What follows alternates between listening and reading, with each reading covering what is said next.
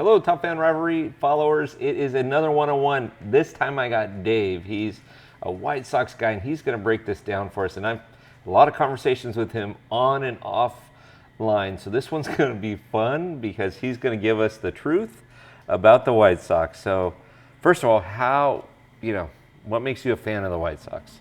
A fan of the White Sox because that's the team I grew up with. That's the team that all of my friends growing up playing wiffle ball would pick and pretend you were that player. And, we were on the south side of Chicago. So if you were a Cub fan, you got beat up.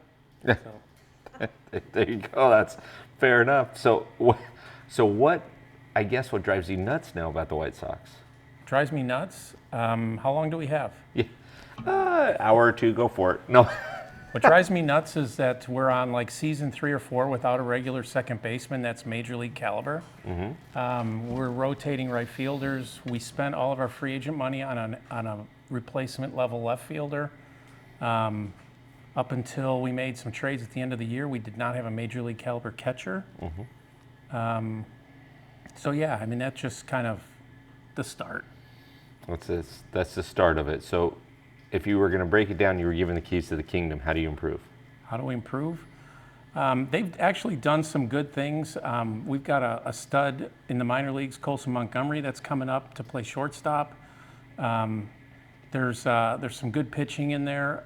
I still believe in Michael Kopech. I think Dylan Cease is a stud. Mm-hmm. There's some good things going on, but to really have a chance, they really need better defense and just more fundamental baseball and less emphasis on hitting balls in the seats.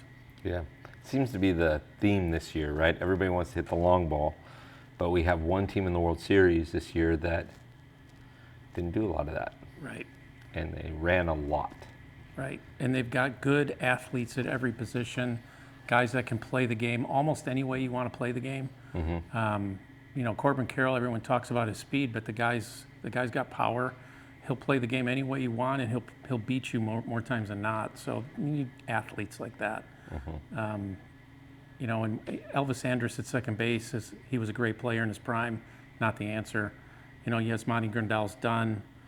We still don't have a regular right fielder, so yeah. So we're coming in 2024 season.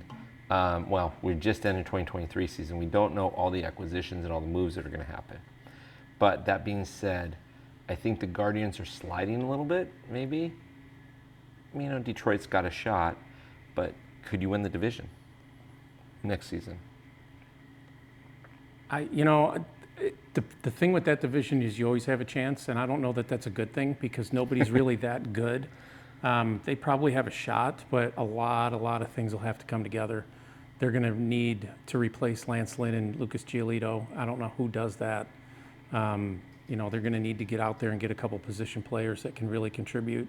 Mm-hmm. There's always a chance. I don't think it's a real good chance. I like what the Tigers are doing. I think they're the next up-and-coming team in the division. Mm-hmm.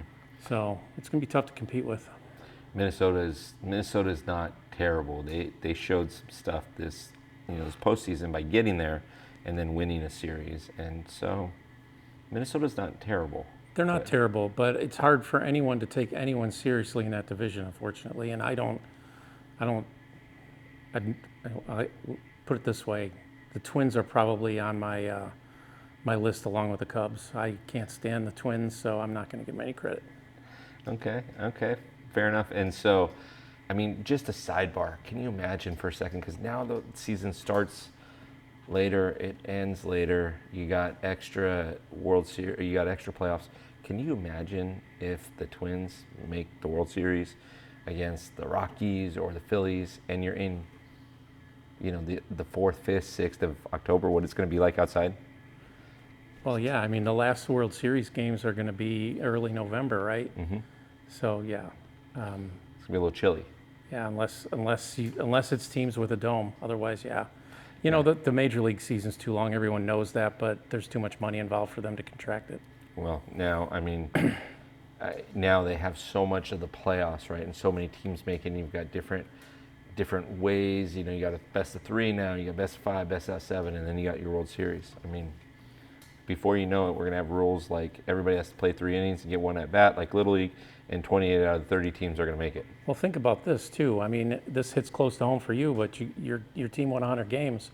It didn't matter when the playoffs started. So why did you need to play that many games to figure that out? No, it's very true.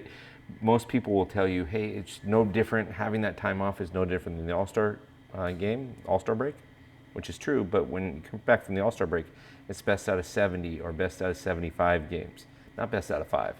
And so you can't afford to make a mistake in that best out of 5 coming out of it. And you've got the season going longer, but you've also got it starting sooner.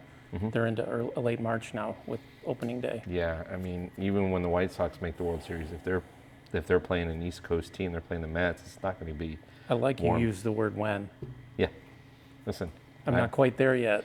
Yeah, you'll get there. Don't worry. I mean, listen, the Diamondbacks barely snuck into the playoffs, and look where they're at now. So Yeah. it's hard to not, again, it's who gets hot, right?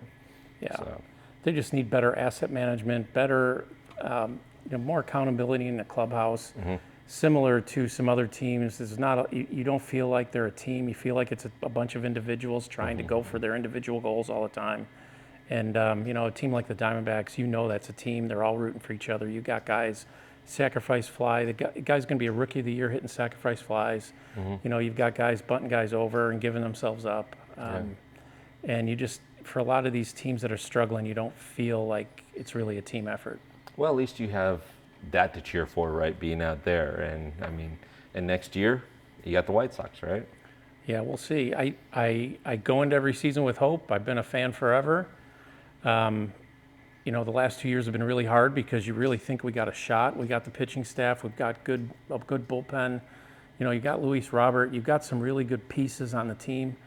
And then not only do you fall short, but you fall short by miles. By miles, yeah. Yeah, I mean, by late June, you're like, we're done, Yeah. which is usually how the Cubs feel. It's funny that you say that, because when you see this, you'll see that you have your, you had a little panel about that, so that's great. Well, I appreciate your time. Top Fan Rivalry followers, Dave, if you haven't paid much attention, he has baseball knowledge upon baseball knowledge, and he will tell you that college baseball is something to watch right now too, right? Yeah, Tennessee. So appreciate the time. Thank you. We'll Thanks have for you having me. You bet.